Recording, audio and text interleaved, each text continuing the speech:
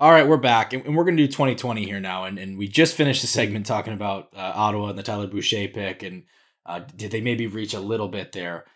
This will be the relief for Senators fans who are listening to that one and maybe getting a little riled up, because you've got their two guys from this class, Tim Stützle and Jake Sanderson, as the two best players in this class, which is great, and it's even better considering they didn't have the first or the second pick. They were picking at number 3 and 5, and they come out with 3 years later, the guys who look like the two top players in the class. At premium positions, too. A legitimate star first-line center. A guy who looks like he has a really good chance to be a legitimate number 1 star defenseman. Like that. Like those are the kind of guys you can build a contender around, frankly. Yeah, and I think Stützle continues to climb. You see the kind of leaps that Jack Hughes has taken as he got into the league a little bit more, and he becomes that 99-point player last season. He looks like he might very well be a 100-point player this year. And you wonder, like, what is in store for Tim Stützle, who has a little bit more size to him than Hughes does, and was already a 90-point player. Would it shock you if Timmy Stützle is in the Hart Trophy conversation within the next year or two? It would not. No, I think he has those kind of traits. I think his game is just so good in so many elements. The elite skater, elite skill. He competes his butt off. I mean, he can score goals. He's just an outstanding hockey player who, it's interesting looking back on this draft, and you could have, gone back. There were a lot of arguments between him and Quentin Byfield at 2. There were minority opinions in the league that had him at 1 over Alexis Lafreniere. But now, only a couple of short years later, it's not that he's the best player in the draft. It's that he's the best player in the draft, in my opinion, by a country mile. Like the next best player, who's Jake Sanderson, who I love, and Anton Lundell, who I love. They're not even close to him as a hockey player, in my opinion. Yeah. It's a tier and a half to use your scale that you use it on. You go elite, all-star, and then you get to the next is Jake Sanderson, is bubble NHL all-star at top of the lineup. So that does drive home that point to that gap. You talked about the comparisons against Byfield, and I would like to talk about Lafreniere and Byfield in a second here, but they get jumped by a few different players, and the next two players right after Stützle and Sanderson are actually Anton Lundell and Alexander Nikishin. It kind of repeats that premium position vibe. Yes, we haven't seen Nikishin yet in the NHL, but what he's doing in the KHL has to give a ton of confidence as to where it's going to project. Yeah, like I said, not in the NHL yet, but when you're a 21-year-old defenseman in the KHL who's 6'4", who skates well, who's extremely physical, who leads all defensemen in scoring, I feel like I can sit here and rather easily say that I think he will be a very good NHL player. Will he be this good? We'll see when he gets there. It still has to translate, and he has to prove it on NHL ice. But given everything he's accomplished and all the great attributes he has in his game, I feel pretty at ease putting him very high among this age group. So this is going to be a Captain Hindsight question here, because Nikishin was not on really my radar in his draft year. I look back now and I see a 6'3", 6'4" defenseman who played 29 KHL games. And I wonder, like, what was it that led him to fall into the third round to be available there? There were two things. One was an offense question. He definitely has developed way more offense. People saw the size, the skating, the physicality when he was draft eligible. And he also was a player who there were medical questions on. And being a player in Russia, and remember in that year, there was no combine that year because of COVID. So there's no way to examine the players. So that was an issue as well. So there was a medical question, there was an offense question, and thus he ended up going in the third round. All right, yeah. Plus being a Russian. Right, for sure. Always a factor, especially these last couple seasons. Let's get now to Lafreniere and Byfield. They come in at number 8 and 9, and I think for as much as the hype was with Lafreniere and the natural kind of rebound from that, as that hasn't maybe materialized, you still have both of these guys as top 10 players in this class. Yeah, they're really important players for their NHL teams right now. I mean, Quentin Byfield's playing a huge role on the Los Angeles Kings that have legitimate contending aspirations this season. Lafreniere has been kind of like in this quandary in New York where they play him a lot, but they have some really, really good forwards on that team and a really good power play, and it's been hard for him to get those premium opportunities, but he's still a guy who's extremely talented and produces well. His skating has held him back from being a true premier talent in the NHL, but I still think he's an excellent player.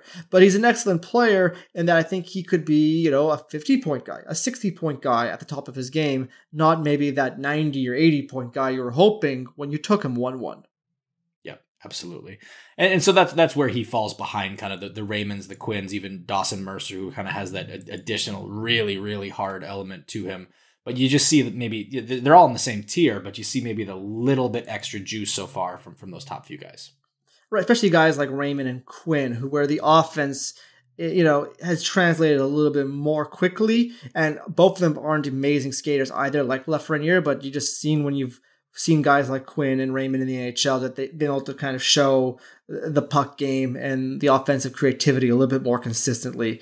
And have had more opportunity too, quite frankly. Yeah, and Raymond off to a really good start so far this year for Detroit. We talked about one of the surprises from the 2021 draft in Boucher, but no comparison to what the surprise was in the 2020 draft. When the Blue Jackets took Yegor Chinnikov, this was a guy that had some of the on-air analysts like checking their notes to make sure they had something on this guy. And while I can't say, 3 years later that turned out to be far and away like the best pick Columbus could have made, it looks very much like a reasonable par value pick here based on your redraft, because you've got Chinnikov right there at 31. Yeah, he went a little bit higher than that on draft day, and such unique circumstances. The COVID drafts being 2020 and 21 led to very unique circumstances at the draft, where this draft took place in October, so the KHL season had already started for a few weeks. And Chinnikov, who at the time was a second-year eligible, but yes, somewhat technically entering his third draft-eligible season, came out of the gates flying in the KHL with Avangard, produced at a really significant rate for a teenager, looked really strong, and Columbus ends up taking him in the first round after this guy had already gone through a draft. And I had heard some buzz on his name before COVID even happened. Like Central had him as a B-rated player, second, third round range player. And then he had that really hot start. You thought, oh, hey, he might be a second round pick. And then you hear his name go in the first round. And that pick has aged fine. Like Chinnikov has had some good NHL flashes. His skating is good enough. I don't want to call it a high-end skating, but it's good enough. He's skilled. He can shoot the puck really well. I just don't know if he is a really distinctive goal-scoring winger as opposed to just more of your more routine middle six type of player. But that player still is a reasonable first-round pick. All right, let's go to 2019 now. And the farther back we get, kind of conversely, there's less movement at the more recent drafts. And when we get to 2019, it's almost less shocking because we've seen this play out over 3 or 4 seasons in some cases in the NHL. Obviously, no shock. Jack Hughes, number 1 here. And we kind of know from your U23 rankings in the summer that you have Dylan Cousins and Trevor Zegras in that next grouping. I'm still a little surprised about Moritz Seider behind Cole Caulfield and not in that Cousins Zegras tier, wherever you might have ordered it. What is it that kind of drives home Caulfield for you as being above Seider? I know it's the same tier. Yeah, and they're so close, and you can have some quibbles, and obviously Seider's off. This is kind of the tough thing about doing this exercise in mid-October as opposed to mid-September, because Seider's off to a very strong start to the season right now, and there's maybe some recency bias that make you, and these arguments happened in the summer too, so it's not recency bias versus Seider, but you're like, oh, maybe he should have been higher, maybe he is 2, 3, or 4, and maybe if you ask me to do exercise again in 6 months from now, I'll change my mind again, as I've changed my mind probably every 6 to 12 months in terms of what order these players should be in. But I just think, as I've always felt with Cole Caulfield, that I just think there's a special element to this player, that I just think his skill and his goal scoring ability are among, the best I've seen over the last 10 or so years. And with that being said, he's still tiny and not an elite skater. And there are reasons he did not go top 5. And there are some people in the NHL who even see what he does and have some skepticism about whether it will lead into postseason success. But I just think Seider is a great player. He has all the traits you want. But if I had to pick between the two of them, I just lean Caulfield, because I just think what he can do and the way he does it is very unique. And it's hard to think of even one other player in the NHL who looks like him and can do some of the things he can do with the puck. One of the things that jumped right out to me with this one was the year that Ottawa did not have their first round pick. They lost it in the Matthew Shane trade, and they kind of decided to keep it the year before. They take Brady Tkachuk, looks obviously like the right decision. And even more so because while they lost out on the 4th pick, which became Bowen Byram in this draft, they get Shane Pinto with their first pick of the 2nd round, and he is now a top 10 player in this class for you. Right, which makes it even more interesting given that as we record this, he's currently unsigned. Yes. And it just shows how it's so I understand salary cap negotiations, etc. It's so strange to me that we sit here, this guy's unsigned because he's such an important player to this team. And this is a team that's trying to make the playoffs this year. And I like this team. They're a good team, especially with Pinto and Josh Norris in the lineup. I think Ottawa can be a really good team this season. And Pinto, the foot speed lowered him a little bit to the 2nd round in his draft year, but he's got offense. He competes well. He gets to the hard areas. He's got a goal scoring touch, a really nice centerman. You just got to get this guy signed. Yeah, they absolutely, and I think they have the luxury a little bit that they're surviving without him, and obviously I think the Josh Norris injury troubles kind of maybe up the urgency a little bit. But at the end of the day, you look at Ottawa and the way they're set up to have Stützle, Norris, Pinto, they've come out of this in a really great spot in the center position. Well, you mentioned that 4th pick they lost too. You really look back at this draft.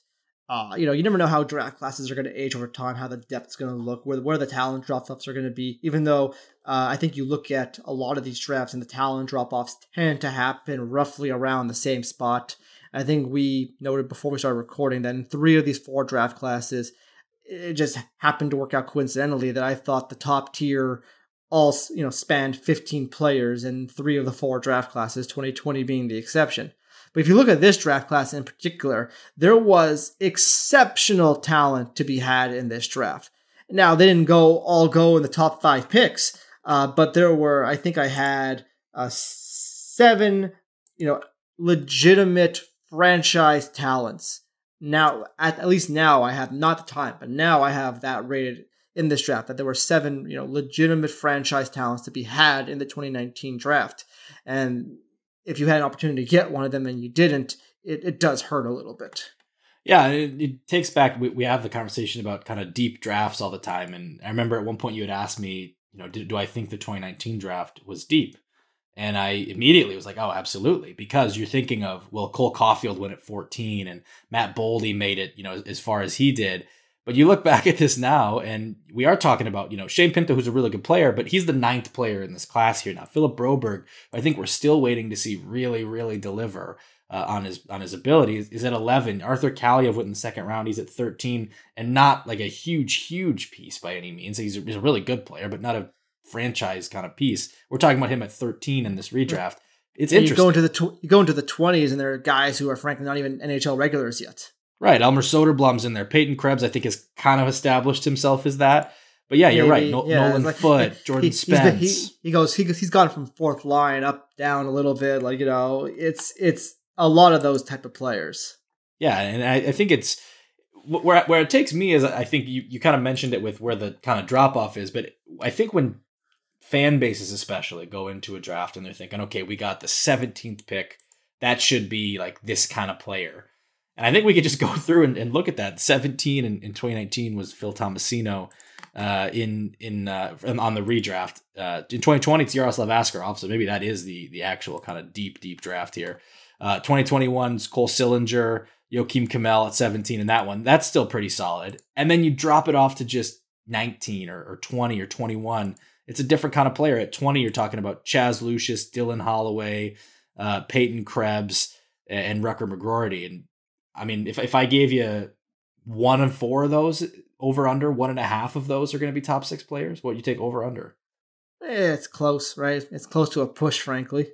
Yeah, so if you're picking, it can be a huge difference picking 15, 16, 17 to 20 in what you can expect out of a draft class, I guess is the point I'm making. Yeah, I think they tend to have a lot of similarities year over year. I always tend to say most draft classes are the same, and when I hear pre-draft buzz that this draft is deep or whatever. It's always that this draft is deep. Nobody ever says this draft sucks. But whenever I always tend to presume the draft is going to be the same as all other drafts unless I have overwhelming evidence to the contrary. And even though 2019 ended up being an extremely deep top of the draft, you can argue the body of the draft actually was quite underwhelming. Yeah, and it shows because you get to the place in your tiers where it's just projected to play NHL games, which is not the most, it's certainly not a bad thing, but it's not the most ringing endorsement either. You're getting there in the early 30s every single year. More or less, yes.